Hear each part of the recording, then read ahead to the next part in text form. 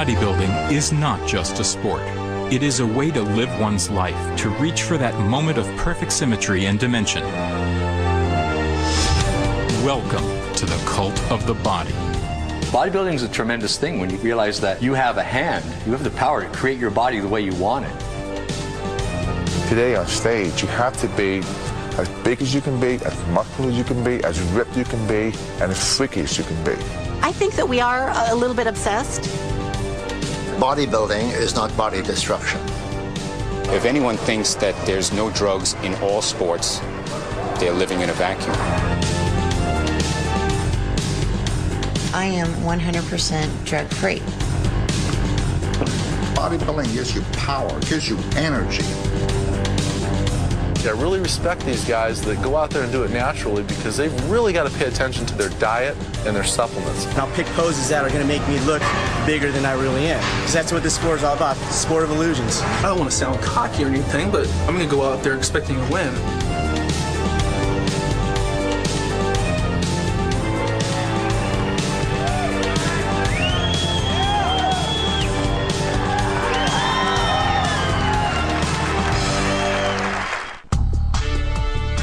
Each year, thousands of people from all over the world gather for the ultimate bodybuilding competition, Mr. and Ms. Olympia. The Olympia Expo hawks fitness products, and celebrity bodybuilders are on hand to inspire hungry fans. Whether you're a fitness buff or a 98-pound weakling, the Olympia delivers muscle, mass, and mania. This is our Super Bowl bodybuilding and fitness right here.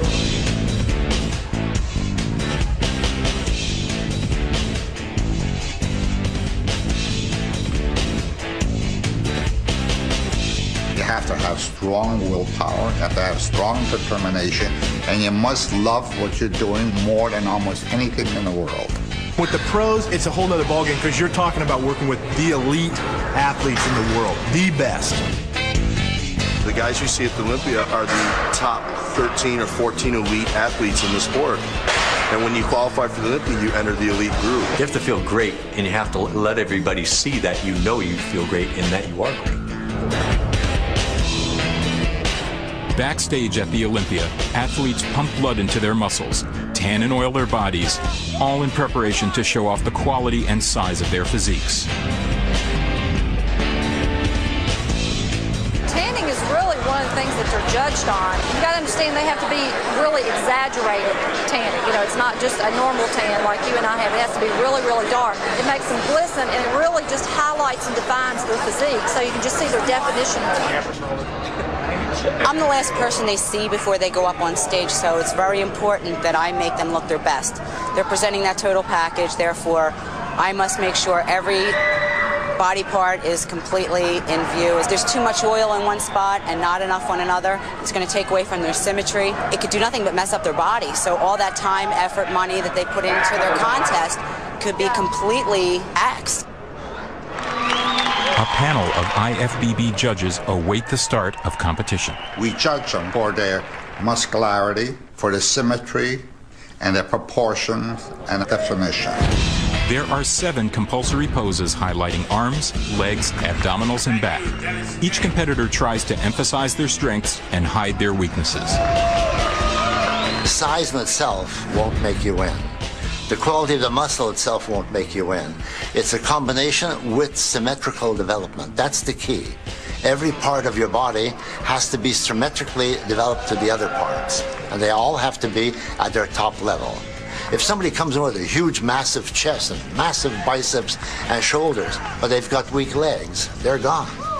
Symmetrical posing means you show the left and your right side of your body exactly the same way. Then we do a comparison where we put 2 or 3 fellows together. That's really where you can really get down to the nitty-gritty. Because everybody looks good by themselves. At this level, these guys are all champions.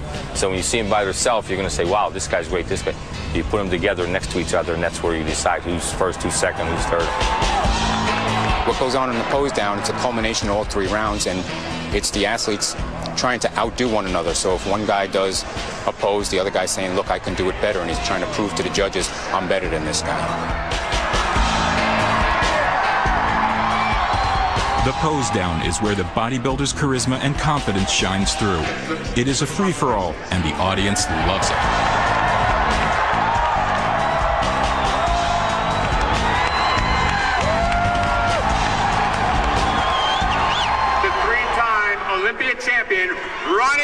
The Olympia purse is $435,000 unevenly split between the men and women. Top prize is $30,000 for the women, split between 2 weight classes. $110,000 for the men, winner takes all. Prize money aside, to win the Olympia is the brass ring that promises product endorsements, guest posings, and supplement support. It really takes discipline to make it to the top in anything, and especially bodybuilding, because it's not like the training takes all day, but you're involved with your body all day. Bodybuilding is made up of 3 stages. 1 is a competitive sport. 2 is a lifestyle. And 3 is an art. Training begins at the gym. Gold's Gym in Venice Beach, California is considered the mecca of bodybuilding. Whether you are an amateur or a pro, the goal is to become ripped and shredded, to see the physiology and shape of the muscle through the skin. For some people, no matter how hard they train, if they do not have the proper genetics, they will never achieve the desired look. Genetics, you have to have proper skeletal system. They got to have wide shoulders, got to have narrow waist, hips. They got to be in proportion. See, what I'm doing is shoulders or delts. And the reason I wrap the dumbbells with these is because I can't really grip the weight during the course of the exercise because the weight gets pretty heavy on my hands. Bodybuilder Craig Titus has been training for 11 years, 8 of which has been geared towards becoming a professional athlete. Because I'm dieting, I'm just burning interstitial fat out of my muscle, shaping my muscle, and creating a look that I need for stage rather than trying to build, so I lighten the weight to avoid injury. See, that got heavy. That got heavy as hell. The idea is to sculpt your muscles to fit your skeletal frame, to have the least amount of body fat in proportion to actual muscle size. Heavier weight creates more mass. Less weight with increased repetitions creates more definition. This past year was the biggest I've ever gotten. It was 274. I'm 5'9". I still have to put another 15 pounds of muscle on. The amateurs, I mean, they're just so hungry because they want to get to where, you know, like the Ronnie Colemans and the Flex Wheelers and the Chris Cormiers and the Nassers and all these, you know, the guys that they're idolizing in the magazines. Amateur bodybuilder Travis Wojek trains alongside the pros. At age 20, he is just entering the sport on a competitive level as a natural bodybuilder. It's a tough thing coming into the bodybuilding world because everybody tells you what you should be doing. And coming in, especially as an amateur and as a beginner, you have to realize that everybody's an expert. Everybody's an expert on their own body, and you have to find what works good for you. This exercise here is one of the greatest isolation bicep workouts with the elbow against the leg. Keeps it in a position where it's always tensed. So the veins coming out real nicely here. It means they like this exercise.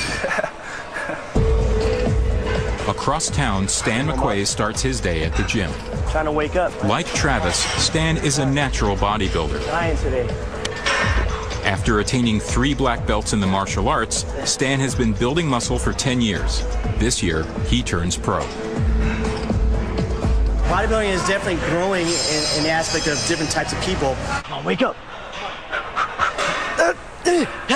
Especially now that the natural shows are coming up, you don't have to be a freak anymore, and they can see that, hey, we can just take natural supplements and compete. I'm not trying to get big and huge, you know. I try to stay nice and symmetrical, still pleasing to the average person, so that when they come to a competition, they can actually say, I'd like to look like that, and it is easily obtainable. Not easily, but it is obtainable. I see definitely a push for natural bodybuilding. I see guys that are training in the gym, they want to look cut, they want to look muscular, but they don't want to look huge. First of all, it's the hardest sport in the world to turn pro at. When you're professional, you can make money at it. And when you're amateur, you don't. Basically, the difference is when you become a professional bodybuilder, you get paid for absolutely everything you do. Photo shoots, magazine covers, endorsements, guest posing, seminars, guest speaking, and even your prize money. And as an amateur, you don't get paid prize money. In several weeks, Travis Wojek and Stan McQuay will be competing in the bodybuilding competition, Muscle Mania. Open to amateurs as well as professionals. Its distinction is that it is a natural bodybuilding contest. I qualified to become a pro back in May in New York, and I'm entering this competition as a pro. So it's going to be a little bit different, a little more pressure. Now there's money involved, so it's a lot more at stake here. Being involved in a sport, you always want to rise to the highest ranks as possible in that sport. That's why you're in it, to rise to the top, to be the best. If I can become a pro being natural without taking the drugs and being healthy and inspiring people to be healthy, just wait and see. If that is possible, I will do it. What is perfection? The classic sculpted Michelangelo's David, or the Farnese Hercules, the massive, more developed look? As the aesthetics of the body have changed, so have the physiques. Now, bodybuilding has always been dominated by the heavily massive developed physique. Today on stage, you have to be as big as you can be, as muscular as you can be, as ripped you can be, and as freaky as you can be. You have to be like that, otherwise you're not going to win the competition. I'm the leanest guy to ever win the Mr. Olympia contest, especially 3 times. When I won it at 5'9", I weighed 190, between 185 and 190. Today in bodybuilding competition, if you're not 250, you're considered thin. When you go to competition like the Mr. Olympia competition, you want to see guys looking freaky. You want to see the bigger guy come out, a 22-inch arm. Holy mackerel, look at it, boom, boom, flexing, rocking the whole stage. People getting fired up. They want to see that. That's what it takes in bodybuilding. People want to see those guys looking so freaky. The audience loves it. And now for the last 16 years, it's been the massive trend. Nobody is concentrating on developing symmetry of proportion, shape, and definition anymore. If you take a bunch of guys, like 20 guys that weigh 190 pounds, 200 pounds of beautiful symmetry, you're going to get this. Because people want to see the big guy. They want to get excited to see the huge muscles like a cartoon.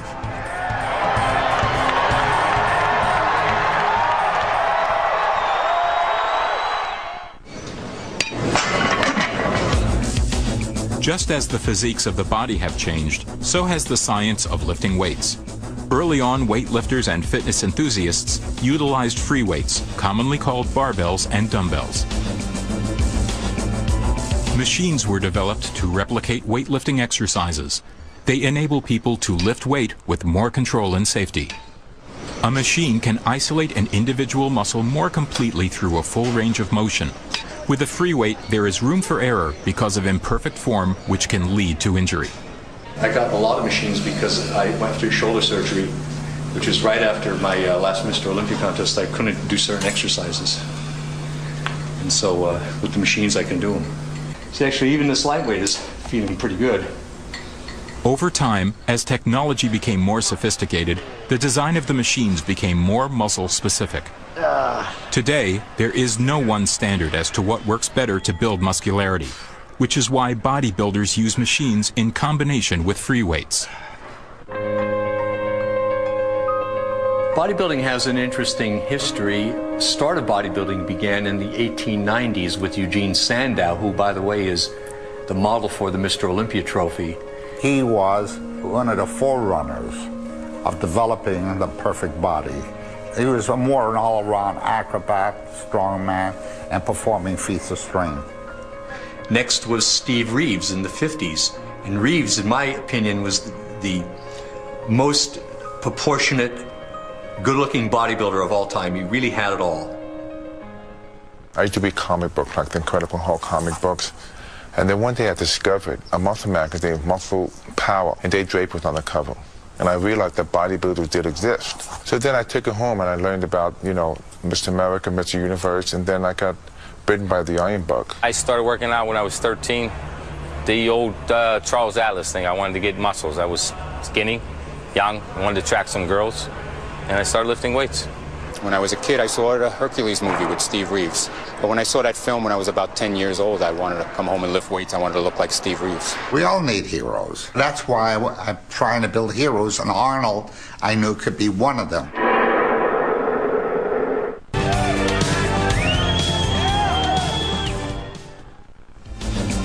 My relationship with Arnold and him with me is the complete story of my life work.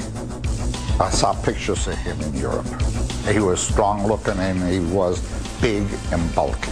contest, and we were running the Mr. Universe contest in Florida, and I invited him to come. And actually, he came and participated in the event. He took second next to Frank Zane. And when I saw him on stage and met him, I knew that the man had an iron will, iron determination, wanted to learn badly, and I knew he loved the sport. 1968 for the Mr. Universe, when I beat Arnold, I guess that was when I made my mark in bodybuilding. And Arnold, he had just come to America. He was still very young. I think he was only about 21 years old. Couldn't speak much English and was what we call in bodybuilding smooth. He didn't have much definition. I think I was with him for a week after the show. I showed him how to pose, how to control his muscles, and so forth, and he really greatly improved, because he had a lot of muscularity, but he didn't know how to show it. I said, Arnold, would you want to go to California? If I can send you to the old original Gold Gym, where a lot of our champions were training, you would be among them all, and you would be able to pick up a lot of their training methods and ideas and so forth. And he said yes. But Joe Weider told me, he says, he thought that Arnold would be the greatest bodybuilder of all time and for a long time. He dominated the sport for many years. Arnold did lots for bodybuilding. I'm looking to build a classical-looking body, such as the bodybuilders back in the golden era of bodybuilding, back in the 70s, back when Arnold ruled, and of course he still does. His presence is always around. Here in the gym, Gold's Venice, touching the same weights that he has touched, sends a bolt of electricity through your body. I pay $535 for this 350 square foot room, 2 blocks away from the beach, 10 minutes away from Gold's Gym Venice. I get so happy to eat my food. This is my second meal of the day. Already had my rice. This is my chicken. I wake up in the morning. I plop down from the skyrise, grab my burner, and I walk on over into the bathroom, plug it in, turn it on, come over here. I boil my eggs. I have 7 eggs, 2 whole eggs, and 5 egg whites. 3, 6, and 7.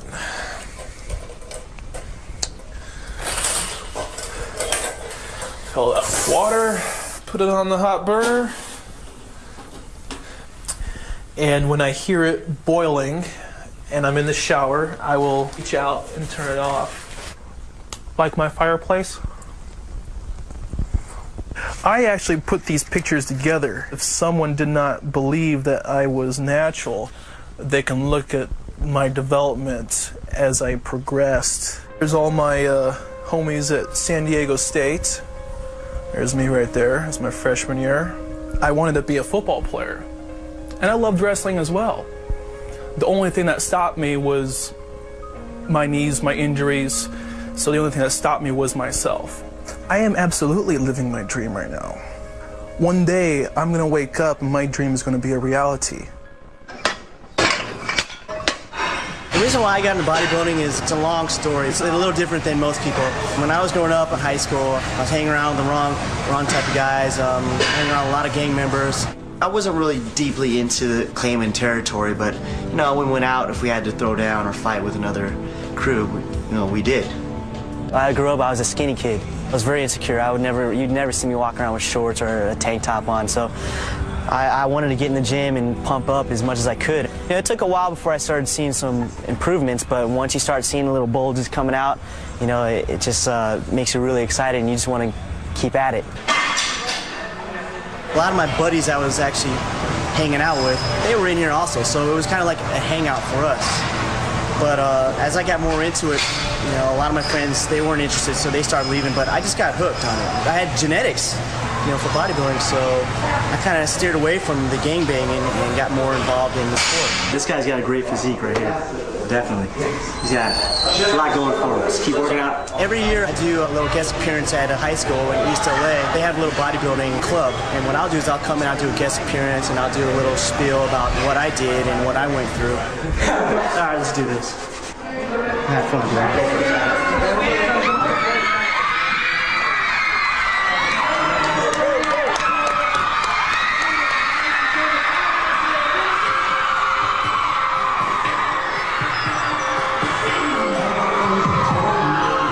rippling muscles on male bodybuilders inspire admiration and attract a strong fan base. However, take that same aesthetic and put it on a woman's physique, and you have a different story.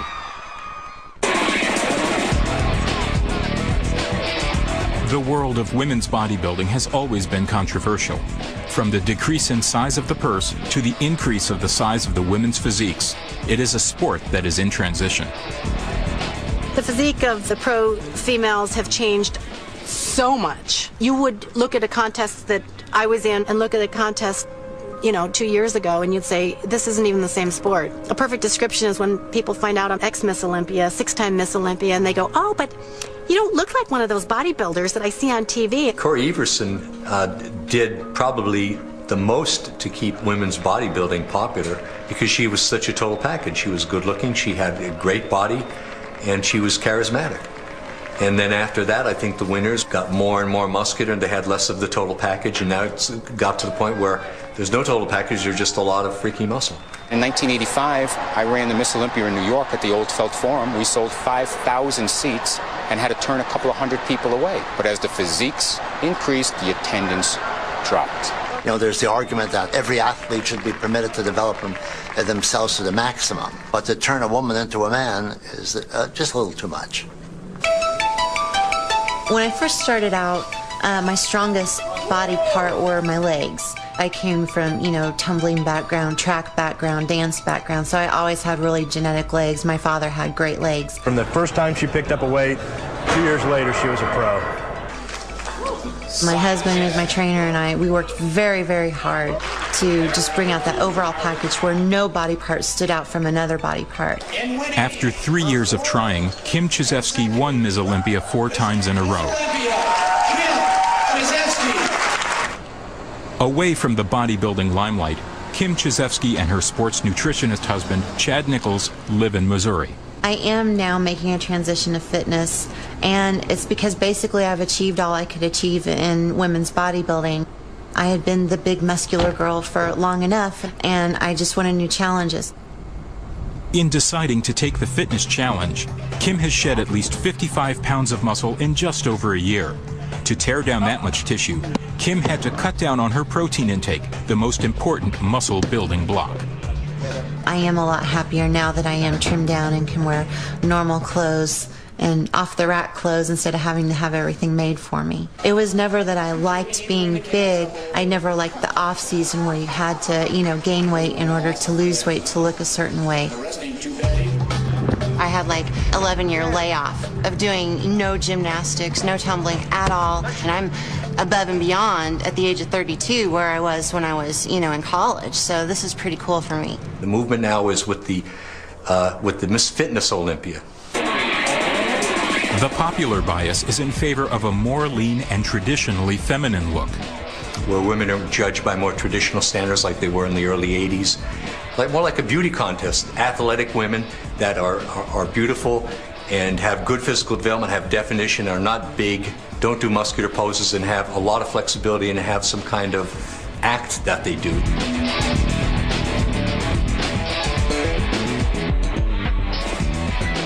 The prize money is up in the Miss Fitness Olympia compared to the Miss Olympia. That is what's marketable, and it seems to be what draws people in what they want. I think there's a turnaround coming, and I think this last year was the year that's going to make this turnaround happen. I think the judges and the public and the Weider magazines, I think everybody is saying enough is enough. We are going back to what we had 10 years ago. Come on, Lisa. It's funny, looking back on it now and getting that big, is like I wasn't looking in the mirror at myself, so I couldn't really see how big I was getting. But now looking back and I compare, and I'll be like, Lord, I was huge. Professional bodybuilder Lisa Lewis has been referred to as an Amazon. At a height of 5 feet 10, during the off-season she weighed in at 205 pounds. In competition, her weight was 193 with 3% body fat. I'm 180 now. I like to come in competing at 160. The criteria is changing. They don't want the big girls anymore. They want us more defined, more detailed, simplifying our looks. I think the change is good and healthy for the sport, but I don't think that they're realizing that you can't tear the muscle down overnight. Today, bodybuilding is a billion-dollar fitness industry. Where did it all begin? The name Weider is synonymous with fitness and health. Right. Okay. So how to get people off the phone. Joe Weider is credited as the founder of the modern bodybuilding movement. I always enjoy it. You know, when you love something, you just love something. It grows on you. In 1940, along with his brother Ben, Joe created a self-published newsletter devoted to fitness, Your Physique. When I told my mother I was going to publish a magazine, I must have been around 17 or so, she thought I was crazy. She says, "You can be a publisher?" But eventually we got it all together. It was mimeographed in our own home and put together and brought to the newsstands to be sold. And I got renewals. Buddies subscribed, and I began to build up a little mail order list. And then we started to manufacture barbells and chest expanders and benches. So when I began to sell the barbells, I was making profit. So I took the profit from my magazines and the barbells, pooled it together, and published better and better magazines. Today it's called Muscle and Fitness. From humble beginnings in Montreal, Canada, their grassroots enterprise has mushroomed into a multi-million-dollar empire that provides fitness-related products to over 60 countries throughout the world. This is a billion-dollar industry. Most people don't really understand that. Today, the nutrition and supplement industry is thriving. Inspired by bodybuilders, the fitness craze has taken the public by storm. From protein powders to fat burners, vitamins and amino acids, the science of nutrition has become as important as the workout itself. When you get involved in bodybuilding, you want to compete, you learn so much about your body, about every muscle, food, calories, everything. Although it takes years to train, it is the last 4 months before competition that are the most extreme in terms of nutrition and sacrifice. This is when the dieting begins.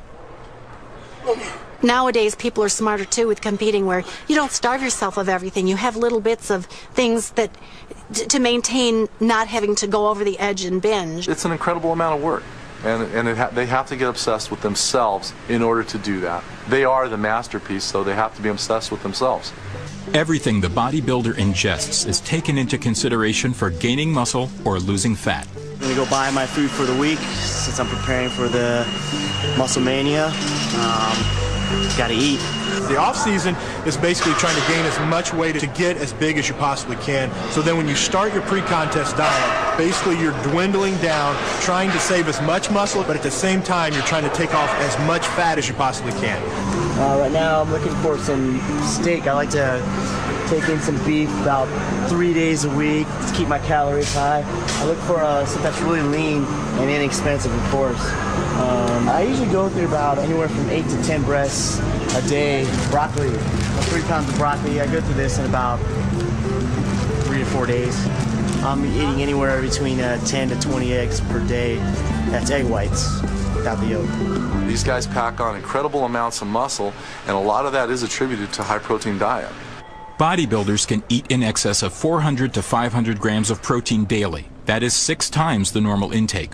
On top of that, to burn fat, they increase their metabolism by eating 6 to 8 meals a day. When you train, you're breaking down the muscle, and your body will strip amino acids from the muscle. So you've got to take a certain amount of protein to kind of counterbalance that. The hope is that you're taking enough protein in as you break down the muscle, that now the muscle is going to rebuild itself bigger. And so everybody that's coming in here day after day after day is breaking down muscle, trying to rebuild it so it's bigger and bigger. When I walk on stage, I will be polished and professional, and my physique will be absolutely complete because of my conditioning. I make sure that I'm absolutely as low in body fat as I can be before I walk on stage. Anybody can come in and train and lift weights and put on a lot of muscle. But when it comes to bodybuilding and showing what you've done that whole year, if you didn't get your diet down or your nutrition isn't perfect, whatever you've done will never show on stage because of the diet. It isn't right on the money. The diet is very expensive. Eating chicken and beef every day, it adds up. And if you don't have sponsors, it's very hard. Food alone is probably in the area of $600 to $800 a month. On top of that, all of your supplements, protein powders, your meal replacements, it's going to run you probably somewhere around $300 to $400 a month on top of all of your grocery bills. So it's not a cheap sport for sure.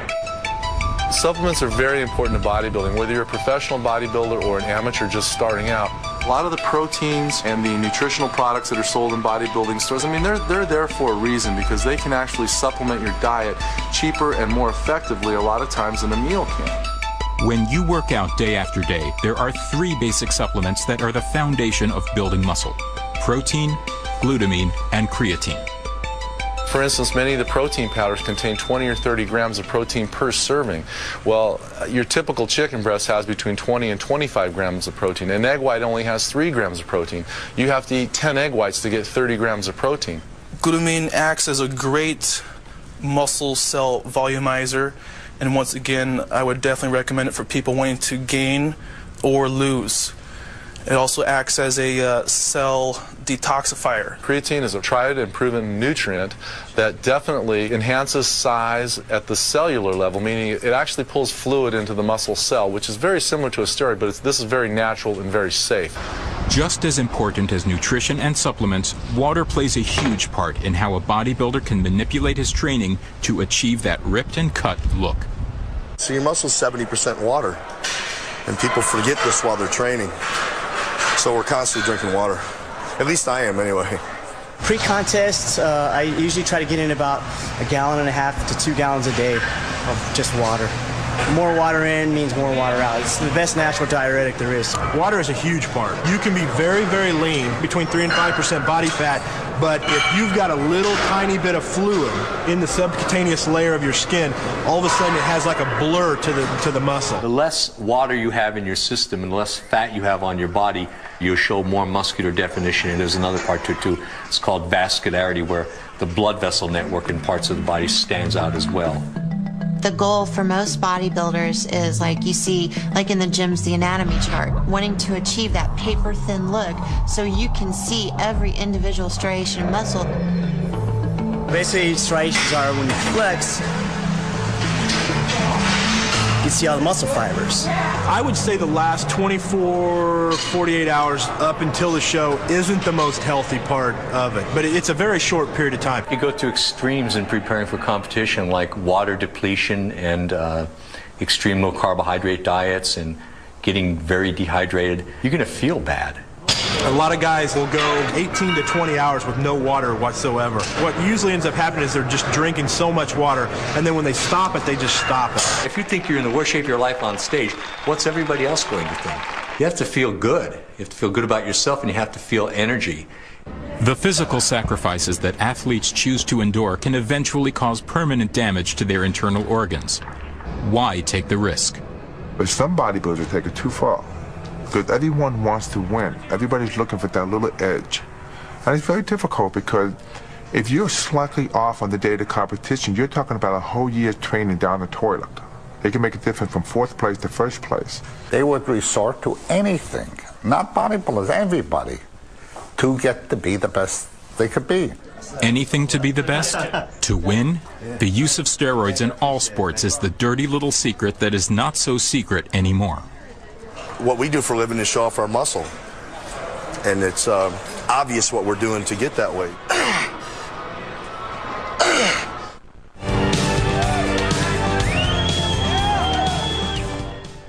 Muscle Mania World Championships, only the best are here. Natural bodybuilding enthusiasts have gathered in Anaheim, California for the 10th annual Muscle Mania Natural Bodybuilding Championships. It is the largest drug-tested competition in the world. The pro division is very tough. Everyone in here is top quality. It's a huge competition. There's over 200 competitors. It's the most I've ever been in. The sport is definitely growing. As far as natural bodybuilding, it's growing big time. Natural bodybuilding is actually, I don't want to say harder, because I'll get a lot of pro bodybuilders upset with me, but it's not easy. I really respect these guys that go out there and do it naturally, because they've really got to pay attention to their diet and their supplements. Here with the Muscle Mania, we have an unbelievable caliber of contestants. I'm just here to have fun. My goal is to be an inspirational bodybuilder. Show others you don't need drugs to be a great bodybuilder. It's just motivating people. Steroid use and bodybuilding, they're always going to go hand in hand. Basically, the breakdown is there's the non-tested shows and there's the tested shows. non-tested shows. They supposedly do random testing on competitors. The IFBB does random steroid testing throughout the year. So at any point in time, you know, an athlete's name can be drawn, and you've got to report. You've got literally a day to report to a doctor and take a drug test. Hey, you guys just give them your name and weight line. All right, got a cup waiting for me. My name on it. Cool. And in the drug tested shows, they don't have random. It's the top 5 guys get tested automatically. So if you fail, you're out. No questions asked. Where's number 149? Is he in there right now? That's me. Is that you? I'm going next. Okay. So there goes. And 151's in there. For the Muscle Mania, I am in charge of drug testing. What happens is every competitor that goes on stage for the finals, they're asked to urinate in a cup, and the cup is labeled. We have nurse practitioners on hand to make sure that everything, the person that goes in is the person coming out. They seal them, and they get sent off to a laboratory in San Diego. I think it's great. Yeah. I think it's good. It's fair. Keeps everybody honest. Yeah. But there's some clever people who know how to beat these things. But it's better than not doing anything at all, so I think it's good. If somebody wants to compete naturally, I don't think we have a problem with that. No, not at all. The same way, but we don't, you know, if they're gonna, you know, we don't put them down for being natural. I don't want to be put down for not being natural. But they do. But they do. But they do. But they Exactly. do, yeah. To me, I'd rather just stay natural in the long run. You know, if you live to be 50, so I won't have to worry about having problems due to steroids. Anabolic steroids, human growth hormones, insulin.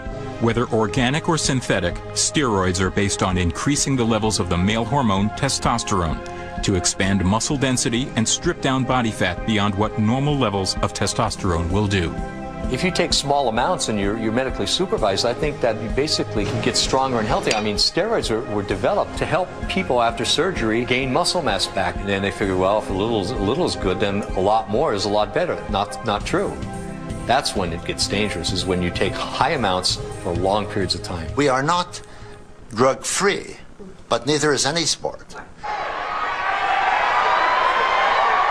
If anyone thinks that there's no drugs in all sports, they're living in a vacuum. Everybody's doing it. That makes the playing field level. Yeah, absolutely. It is a level playing field. And how are you gonna guarantee that nobody does it? You know, we do drug tests. We drug test for substances that we can detect.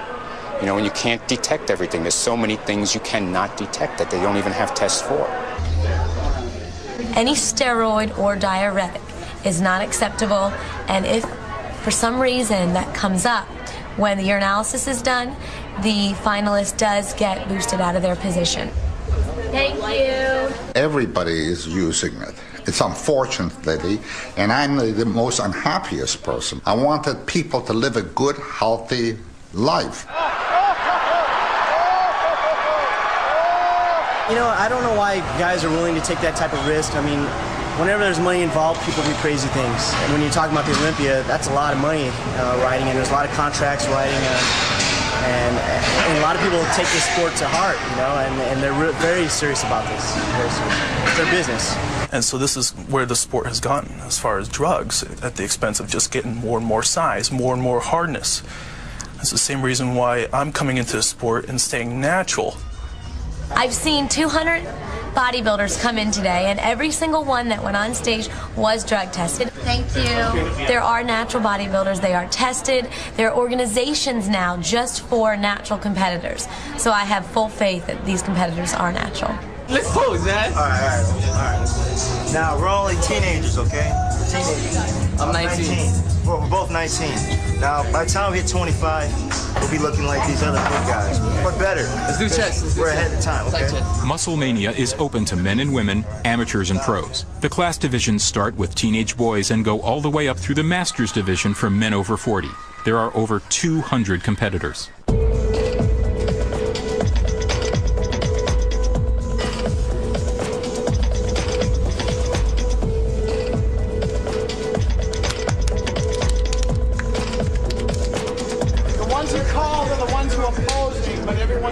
The camaraderie here is really good. Everyone helps each other. That's what's great about it.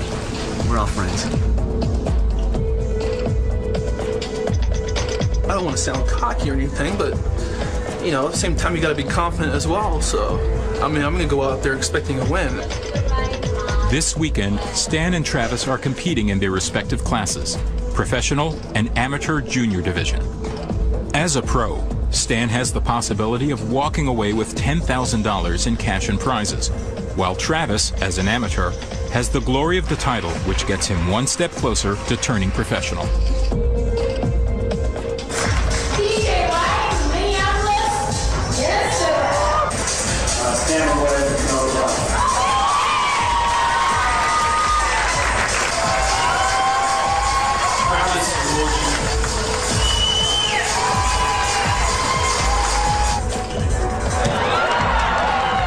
Here's my biggest fear.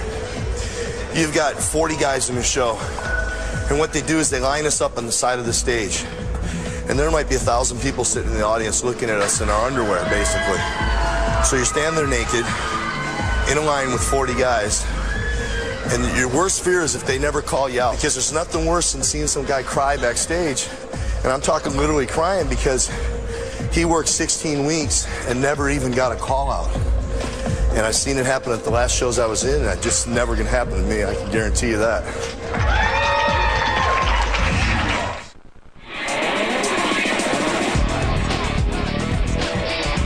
At Musclemania, 200 competitors are narrowed down to the top 5 in all 14 divisions. The natural bodybuilders go through 4 rounds of competition: initial class lineup, compulsory poses, symmetry, and finally, the pose down.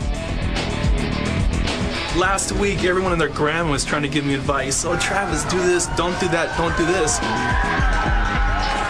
Travis Wojcik poses down with the amateur junior heavyweight division, young men ages 19 to 22. I've won plenty of times in my life. I know what it's like.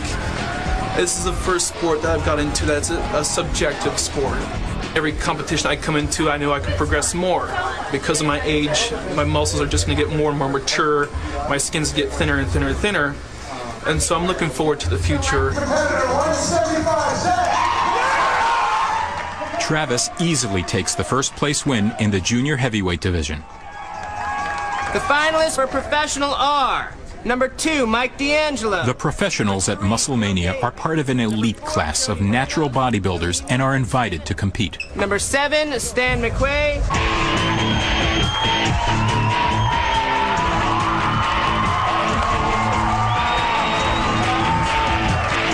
It's the hardest, most grueling thing when you're on stage. People don't realize how hard it is. I mean, to me, it is the hardest thing of all. I mean, coming in here and lifting the weights is easy. Doing the dieting is fairly hard. But when it comes time to get on stage and flex and blow all the air out for a good 15 minutes, oh, that's a workout.